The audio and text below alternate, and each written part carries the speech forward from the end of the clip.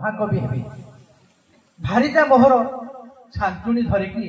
भारीजा मोहर छांचुणी धरिकी पछरु देला दी पहाड़ चमकी पड़िकी कहली हई रे चमकी पड़िकी कहली हई रे दोष मु कलिकी कहार निरोलारे बसी कविता लिखुची निरोलारे बसी कविता लिखुची धरिकी कागज कलम कमर पिठिब दरज जानिकी कमर पिठिब दरज जानिकी घसी देल किए मलम प्राणप्रिया तले छांचुणी थोइकी प्राणप्रिया तले छांचुणी थोइकी हसी हसी धीरे बोइले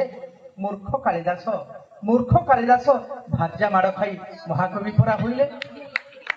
कवि बोली तुम ना तो फिटिनी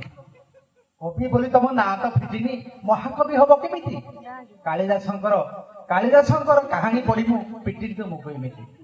कालीठू देखिब माँ सरस्वती करुणा कलश अजाड़ी बंका थिबा तुम कवि कपाल को एकाथरे देवे सजाड़ी घरटा भितर पशिकी कहा कहबी लाजरे एक कथा मु पिठिया उछली बसिकी धन्यवाद। सुंदर व्यंग कविता।